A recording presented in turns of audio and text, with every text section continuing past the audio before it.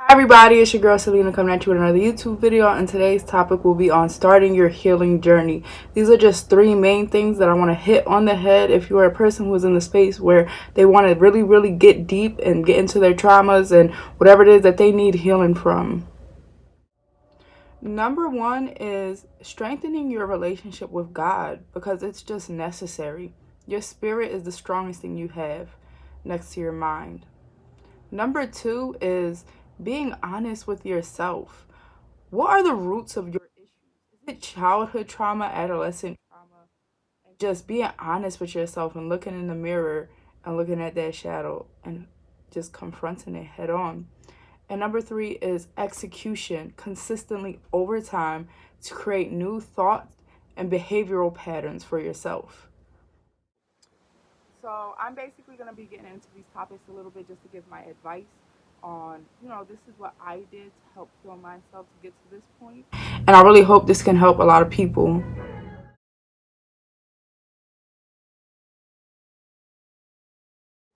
And the best way to create this strong dynamic and relationship with God is by being intentional. Just like any other relationship in your life, you have to tap in with this person. And don't just make assumptions and run with the rhetoric that other people teach. Like, actually get to know him, who he is, what he does, why he maneuvers the way that he does, and invite him openly into your life. Before you make decisions, bring it to God. When you get up in the morning and your feet touch the floor, make sure you cover your head and you pray. And don't just pray to complain and be complacent, but pray to be thankful.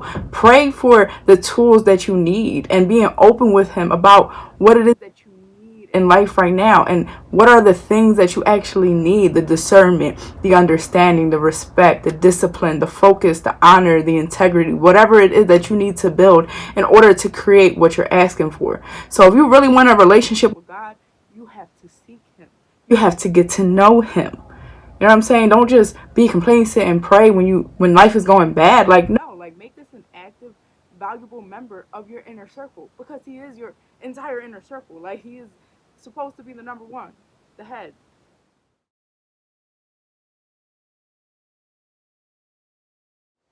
I'm gonna be very honest with y'all. This is going to be the hardest part, because this part calls for two things, or really three things. It calls for mindfulness, self-awareness, and honesty. Because what happens is, sometimes, because of the things that were done to us either as children or young adults, teenagers, it can get hard to confront even the bad parts about us. Especially women, our nature is, we don't really like to hear bad things about ourselves, especially not when it comes from ourselves, because it's too real, because it hurts our feelings, because it hurts our ego. You have to put your ego to the side and look in the mirror and tell yourself you have things that need to be worked on, and that is okay. Like, there is nothing wrong with being a perfect imperfection. We are not here to be perfect. We're here to master self and to love, if you ask me. So if you want to cultivate this perfect version of yourself, the best version of yourself, you have to look at the dark side. You have to look at the shadow side, and you have to be accountable for this, no matter who put it there or why or how. So there's a two-part series to this. There's looking in the mirror and being accountable and acknowledging the problems, and then seeking help, getting therapy, doing whatever it is that you need to do. And not only that, you have to do what I call pulling the roots and healing the inner child. So when you pull the roots, you take the patterns and behaviors that were negative, right? All those negative behavioral patterns, thought patterns, those are the roots, right? You have to look into your childhood and find them. Then you pull them bitches out. Like, you pull them out. Pull them out. They gotta go. They just gotta go. They gotta go. It's that simple. They gotta go. You pull them out and you replant them with healthy thought patterns and behavioral patterns consistently over time, which will reprogram your mind, right? So now you've been honest with yourself, you've looked in the mirror, you've taken accountability, you've sought help, you've went to therapy, you've really put the work in yourself, you're reading, you're growing, you're learning, and you're unprogramming the bullshit that was programmed into you, no matter who it was by or who it was from, and you just replant it with something beautiful. And you allow that garden to grow where all those weeds were at one point, you know. And it was funny because I remember doing something and I told my therapist about it, and she was like, "Well, like, how did you know about that?" I'm like, "I don't know, I just did it." So one day I was meditating, right? And there's this panda bear I have. Let me see. Actually, I might be able to see it. Oh, well, you can't see it. It's over there. But I have a panda bear that I kind of stole from my kids because, like, it was in my room for so long, and I was just like, it's mine now. I love this panda bear. And after meditating, I had gotten to this space where, like, I just envisioned the panda corn as me as a little girl. And I had a conversation with her. And I held her and I cried. I released her. I let her know that it was okay, that it was not her fault that these things happened to her, and that now we no longer had to be imprisoned by these things, and it was a beautiful moment because you see, I'm a really emotional person, in such a way because it felt like relief. It felt like all that pain that I had built up from my childhood and my traumas, it was like I released it. And in looking at that little girl, I could see all the patterns. I could see where the parts of myself that I didn't even like had come from. And I just gave her grace. And I hugged her and I loved her and I allowed her to be at peace.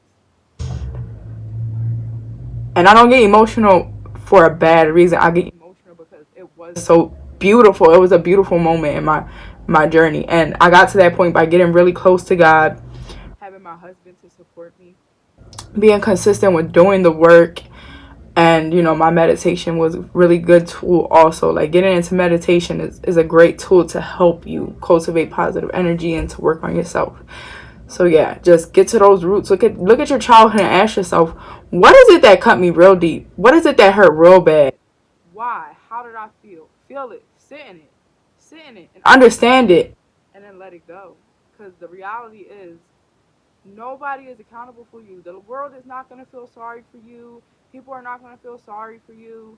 This is your life. You have to get to the understanding that your reality is created by you. And all of that stuff, like, it's okay. It happened. You're allowed to feel it, but you got to let it go. We're grown now. We got kids, some of us, and just married. And they don't deserve that. They don't deserve that part of us, that version of us. Especially people who just love us. And they deserve the best version of you. And you can't be the best version of you carrying baggage and pain from your childhood and your past. It's never going to work that way. I know it's so much harder said than done, but it's necessary. And you'll feel so much better once you get to the other side.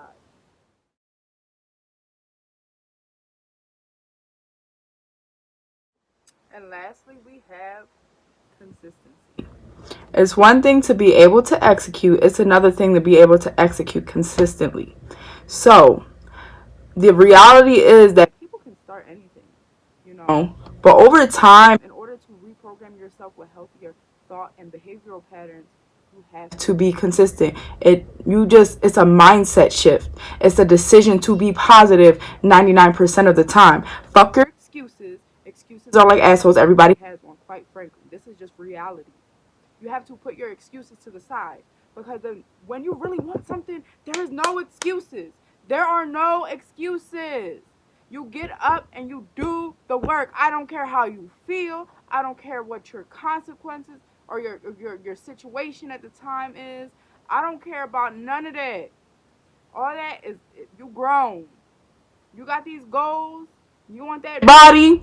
You want that mind. You want to learn how to manage your emotions. You want to help your relationship dynamics in your life. You want to strengthen your relationship with God and yourself. And you want to, go after these financial goals. And, like, you just can't make no excuses for yourself. I don't care how you feel. I don't care if you want to do it. You get up.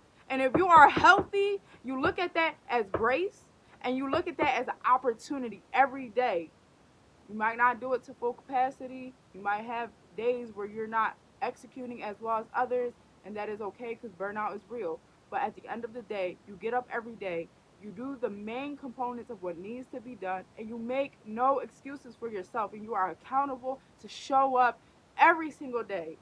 No excuses. The work has to be done, because if you don't want to put the work in, it's not gonna work for you. Okay, y'all, my baby just came and interrupted as soon as I was finishing up this video, so I'm gonna take that as a sign that it's time for me to go. I appreciate you guys' time and energy. I hope you like this video. Please like, comment, and subscribe. You know, when you support me, support my family. So yeah, I appreciate you guys. I hope you have a great rest of your week.